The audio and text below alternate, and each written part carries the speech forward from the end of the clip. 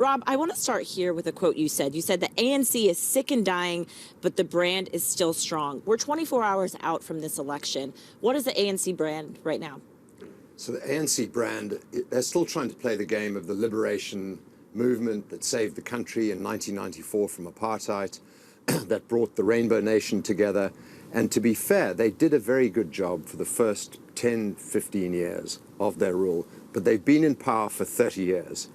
And for the last 10 years, they've done nothing but take this country into a downward trajectory. So the brand is still strong. The ANC is in ICU, but is not dead yet. But Rob, Jumana was just talking about how we are seeing some of the ANC's recent reforms bearing fruit. We haven't had load shedding electricity outages for the past few weeks. Some of these fiscal reforms are seen as positive. Why shouldn't investors then be convinced? ANC created load shedding.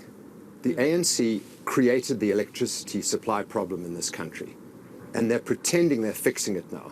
The only reason that there hasn't been load shedding for the last 2 months prior to the election, unsurprisingly, is because the economy is not growing, so there's no demand on the electricity grid by the economy, and the private sector, private individuals, small and medium-sized enterprises, and large corporates have invested a huge amount in renewable energy to make sure that they have redundancy in case of load shedding. So the government has actually done nothing to help this country in load shedding. The ANC has actually created the problem, and they're pretending they're fixing it just before the election. How do international investors, how should they perceive this, though? Because clearly there's an opportunity, right, to invest here in South Africa.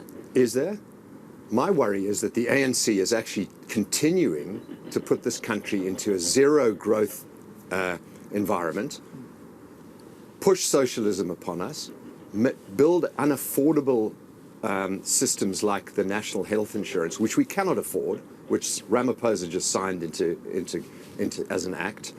And I think the ANC is just going to continue to destroy what is left of this economy. We are at 0% growth right now. They are useless and they are a destructive force, and we need to get rid of them. But unfortunately, in this election tomorrow, they will probably come in the low 40%. And then the question is, who do they form a coalition with? And that's the very worrying thing, because there's some not good options. What do you think the best case scenario is, though, for the economy in particular? The best case scenario is for the ANC to disappear off the face of the earth. But we know that they're not going to do that. So, correct.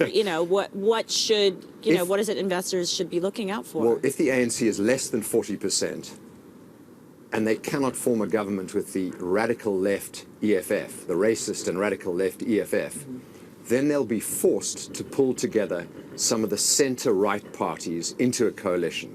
And even though that probably will slow the trajectory downwards, it won't stop the trajectory. So having the ANC even in as a 33 or 42% partner in the next government is still a very bad thing. How are you positioning ahead of the election, Rob? So there's a concept called state proofing that has been introduced a number of years ago, but has caught the national attention, at least for the opposition. And state proofing is protecting yourself against the actions of the government. And it's quite depressing when you think about people and companies having to do that, to state proof yourself. It's have your own electricity, have your own water supply, try and have your own security, try and educate your children privately, try and have private medical, because the government cannot provide these services. They're incompetent. What about, financially, though? Because we know there's a lot of capital sitting on the sidelines waiting for the outcome of this election. Financially, how are you positioning ahead of this? So I always say that if a Martian had a look at the Earth and wanted to commit an investment to the world, what percentage would they commit to Africa and what percentage would they commit to South Africa? And my view is they'd commit nothing to South Africa.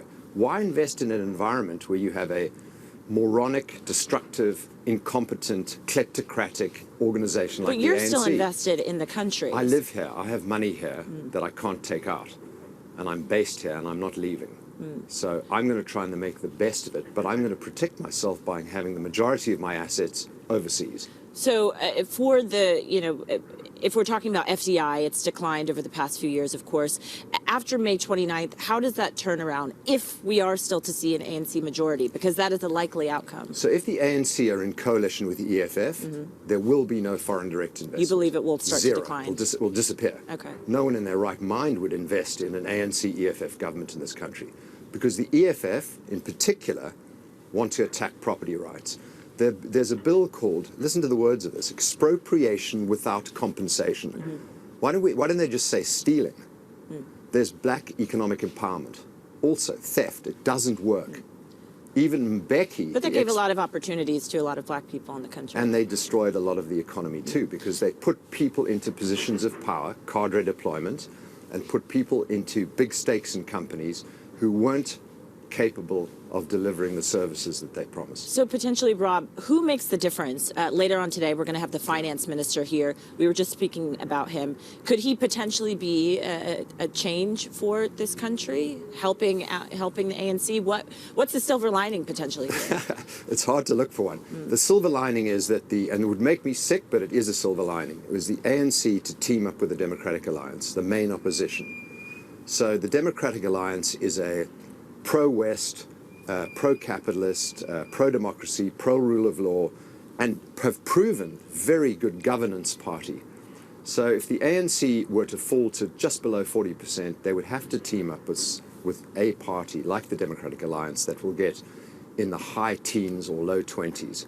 And that would be a silver lining, because I would think the Democratic Alliance would take certain positions in the cabinet that would allow us to slow the decline in this country.